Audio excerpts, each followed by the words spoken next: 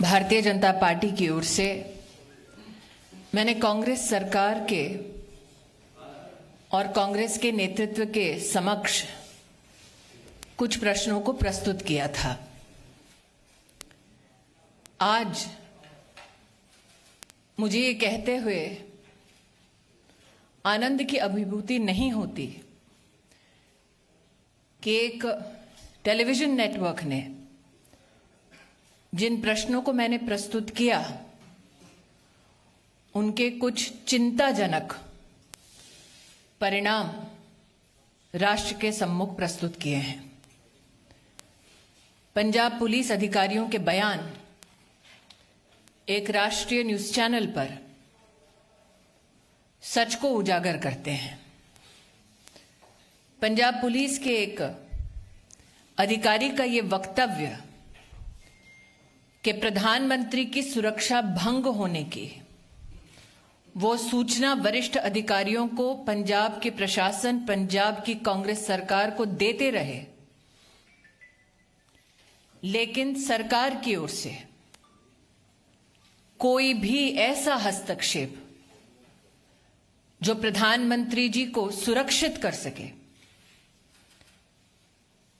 ऐसी कोई भी कार्रवाई पंजाब की कांग्रेस सरकार ने नहीं की।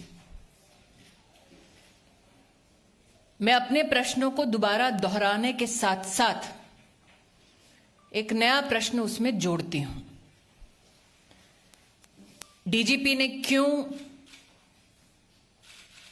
पूरी की पूरी व्यवस्था और रूट सुरक्षित है, ऐसा संदेश प्रधानमंत्री जी की सुरक्षा टीम को दिया? पंजाब के वो कौन कांग्रेस की सरकार के आला अधिकारी हैं जो इस सूचना, इस अलर्ट के बावजूद प्रधानमंत्री जी को सुरक्षित करने के लिए कोई भी कदम नहीं उठा रहे थे? पंजाब के आला अधिकारियों को कांग्रेस की सरकार के किस नेता ने आदेश दिया कि पंजाब में प्रधानमंत्री की सुरक्षा को खंडित किया जाए?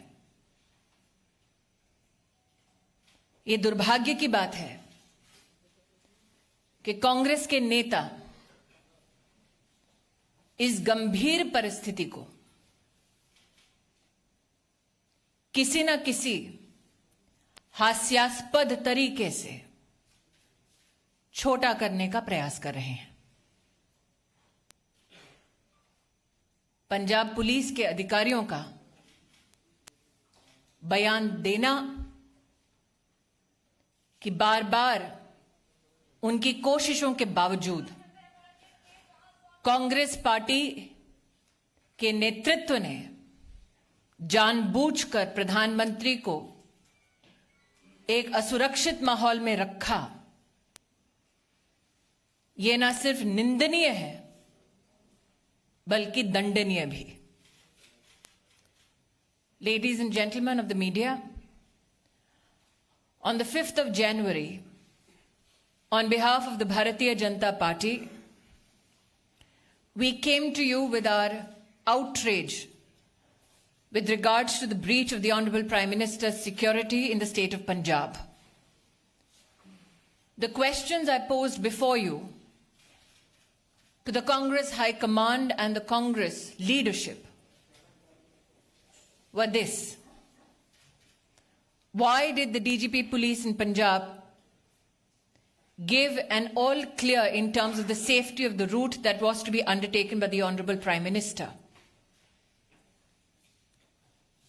This question was met with an expose by a national news channel. What is extremely disconcerting is that Punjab police officials in this news report have highlighted how they continuously engaged with the Congress government and administration in Punjab to bring to light the threat to the security of the Honorable Prime Minister and his route. The question that begets this expose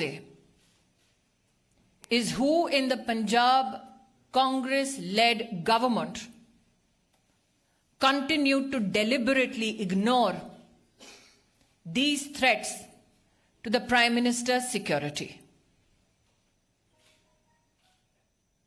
Today, I am joined by Shri Anil Baluni to reiterate those very questions to the Congress High Command. Why were security measures which are protocoled for the Honorable Prime Minister deliberately breached due to the active connivance of the Congress-led government in Punjab?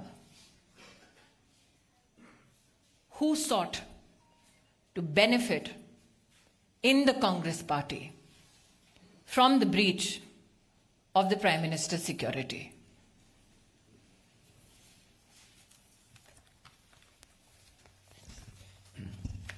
Ravinder जी।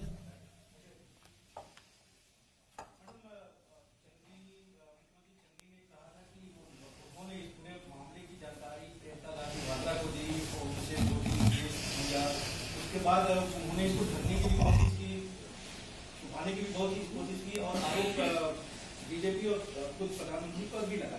अपना प्रियंका गांधी वाड्रा का इसमें कोई आपका role किस रूप में दिखता है, ढकने में या फिर कुछ दबाव डालने? रविंद्र जी, जब मैं आपके सम्मुख प्रस्तुत हुई थी 5 जनवरी को, तब कांग्रेस के नेतृत्व में प्रधानमंत्री की असुरक्षा को लेकर, सिक्योरिटी ब्रीच को लेकर जश्न का माहौल था।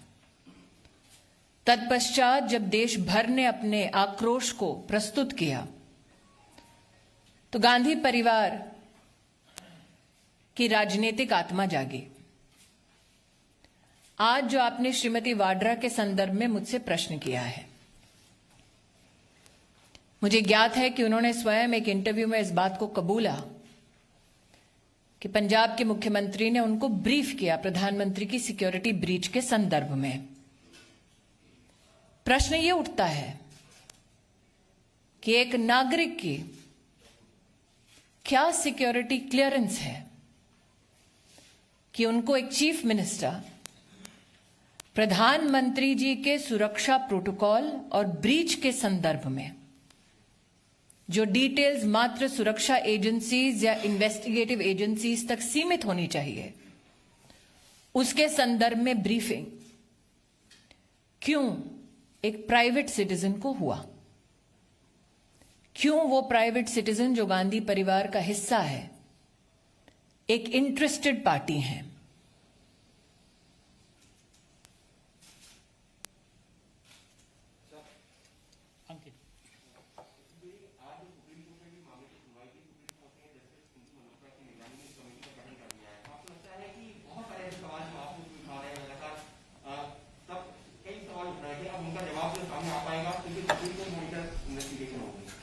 मैं इतना ही कहूंगी कि मैं माननीय सुप्रीम कोर्ट पर टिप्पणी करना उचित नहीं समझती।